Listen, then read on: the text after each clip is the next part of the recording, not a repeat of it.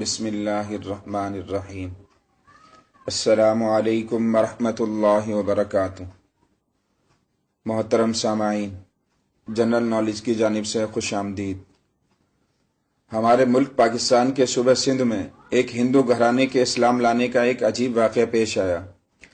ایک جوان کا تعلق ہندو گھرانے سے تھا۔ اسے کینسر کا مرض لاحق ہوا۔ ڈاکٹروں نے لا علاج قرار دے کر ہسپتال سے گھر بھیج دیا۔ اس کی عمر 40-42 سال تھی۔ وہ گھر آ کر بڑا اداس اور پریشان رہنے لگا۔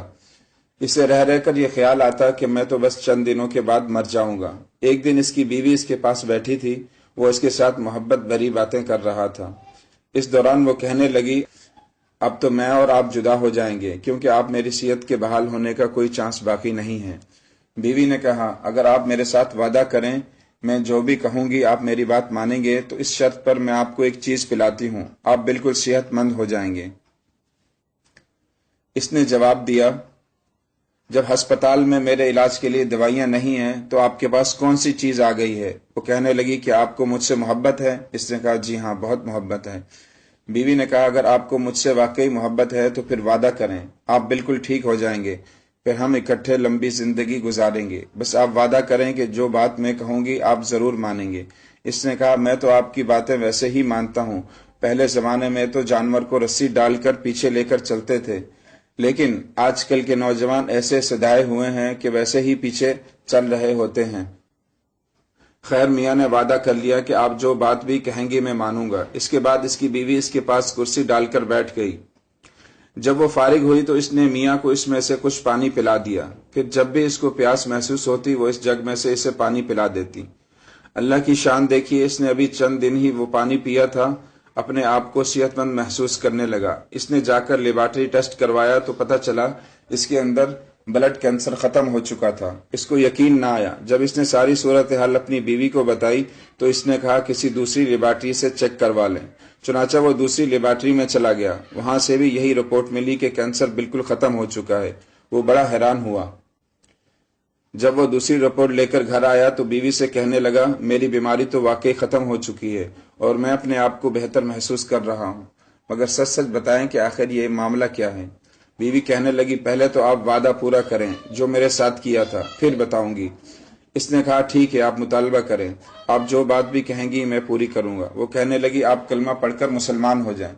جب اس کی بیوی نے یہ کہا تو وہ ہندو جوان حیران رہ گیا۔ اس کے چہرے کی طرف غور سے دیکھ کر بولا، آپ کیا کہہ رہی ہیں؟ بیوی نے کہا، میں آپ کی بیوی ہوں، اب آپ کو صحت مل چکی ہے، آپ نے مجھ سے وعدہ کیا ہوا ہے، لہٰذا آپ اپنا وعدہ نبھائیں اور کلمہ پڑھ کر مسلمان ہو جائیں۔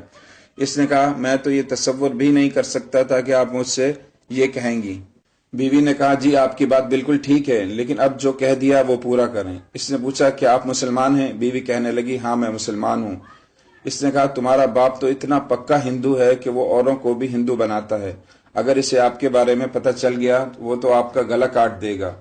تم ایسے ہی گھر کی لڑکی، پھر تم کیسے مسلمان ہو گئی؟ بیوی نے کہا، یہ لمبی کہانی ہے، پھر سناؤں گی، آپ پہلے کلمہ پڑھیں اور مسلمان ہو جائیں۔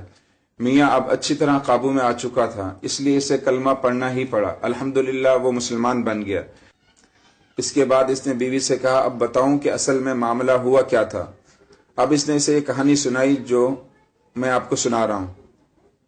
بیوی نے کہا، جب میں چھوٹی عمر میں اسکول پڑھتی تھی، اس وقت میری کلاس میں ایک مسلمان لڑکی بھی تھی، وہ میری سہیلی بن گئی، ہمارے پڑوس میں ہی رہتی تھی۔ میں شام کے وقت اس کے گھر کھیلنے کے لیے جاتی تھی۔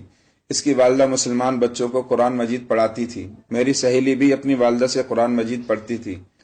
چونکہ وہ میری سہیلی تھی اس لیے جب وہ اپنا سبق یاد کرتی تو میں بھی اس کے پاس بیٹھ جاتی تھی۔ میں بھی وہی ذہین تھی، اسے بھی سبق یاد ہو جاتا اور مجھے بھی اس کا سبق یاد ہو جاتا۔ جب وہ اپنی امی کو سناتی تو میں بھی ان سے کہتی کہ خالہ میں بھی سناتی ہوں، اس طرح وہ مجھ سے بھی سبق سن لیتی۔ جب خالہ نے چند دنوں میں میرا شوق دیکھا تو انہوں نے مجھے مشورہ دیا کہ بیٹی تم روزانہ ہی تو آتی ہو تو تم بھی اس کے ساتھ روزانہ یاد کرتی رہو۔ چونکہ میری کلاس فیلو تھی اس لیے میں نے کہا، جی ٹھیک ہے۔ جب میں نے یہ کہا تو خالہ کہنے لگی، بیٹی یہ کسی کو نہ بتانا۔ میں نے کہا، جی میں کسی کو نہیں بتاؤں گی۔ اس طرح میں 2 سال تک ان کے گھر جاتی رہی اور سبق بھی پڑھتی رہی۔ جس طرح ان کی بیٹی نے ناظرہ قرآن پاک مکمل کیا، اسی طرح میں نے بھی اس کے ساتھ قرآن پاک مکمل کر لیا۔ میں نے جب قرآن پاک مکمل پڑھ لیا تو میں نے خالہ سے کہا باقی بچے تو گھر میں پڑھتے ہیں لیکن میں تو گھر میں نہیں پڑھ سکتی۔ انہوں نے کہا قرآن مجید میں علم نشرح ایک سورت ہے، یہ سورت پڑھ کر اگر کسی مریض پر دم کر دیں یا پانی پر دم کر کے اسے پلا دیں تو اس کو صحت مل جاتی ہے۔ یہ عمل مجھے کسی بزرگ نے بتایا تھا، اب یہی عمل میں آپ کو بتا رہی ہوں، اسے یاد رکھنا، یہ کبھی نہ کبھی تیرے کام آئے گا۔ وہ مجھے اس قسم کی باتیں سناتی رہی۔ جب میں جوان ہوئی، میری شادی ہونے لگی تو چند دن پہلے میں ان کے پاس گئی اور ان کے پاس بیٹھ کر بہت روئی۔ میں نے کہا خالہ آپ کی بیٹی میری سہیلی تھی، اس وجہ سے میں آپ کے گھر میں آیا کرتی تھی، اسی بہانے سے میں نے قرآن پاک بھی پڑھ لیا تھا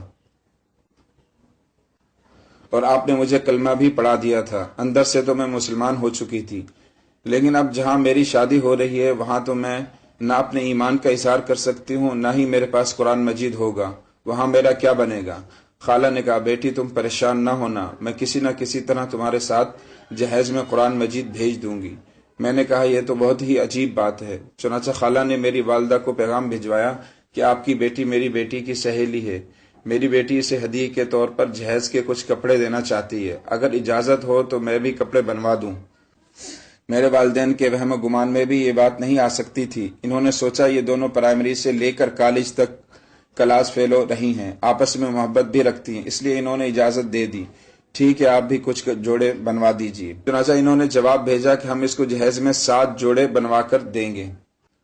اس خالہ نے میرے لیے بہت ہی قیمتی جوڑے بنوائے۔ انہوں نے ان کپڑوں کو بہت ہی خوبصورت طریقے سے گفٹ پیک کروایا اور ان کے درمیان میں قرآن مجید بھی گفٹ پیک کر کے ہمارے گھر بھیج دیا، اور ساتھ یہ بھی کہا کہ ہم نے اس کے کپڑے گفٹ پیک کیے ہیں، آپ اسے پہلے اپنے گھر نہ کھولنا بلکہ آپ کی بیٹی اپنے نئے گھر میں جا کر کھولے گی تاکہ اس کا خاوند بھی دیکھ کر خوش ہو۔ میرے والدین کو ان کی یہ بات بہت اچھی لگی، چنانچہ انہوں نے بھی کہا کہ یہ گفٹ پیک واقعی بہت خوبصورت ہے، بہتر یہی ہوگا دلہن اسے اپنے گھر میں جا کر ہی کھولے۔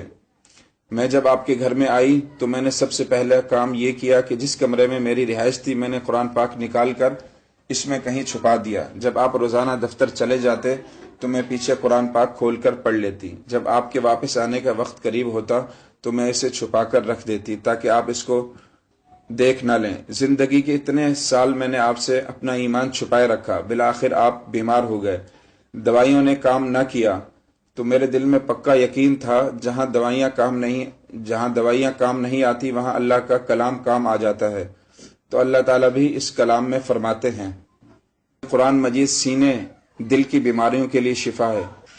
وہ کہنے لگی جب آپ اپنی زندگی سے نا امید ہو گئے اور آپ نے مجھے کہا کہ اب میں مرنے کے قریب ہوں تو پھر میں نے آپ سے کہا کہ وعدہ کریں، جو میں کہوں گی آپ اسے پورا کریں گے، تو میں آپ کو کچھ پانی پلاتی ہوں۔ آپ نے میری بات مان لی، میں نے وہی صورت آپ کو پانی پر دم کر کے دی تو اللہ تعالیٰ نے آپ کو شفا عطا فرما دی۔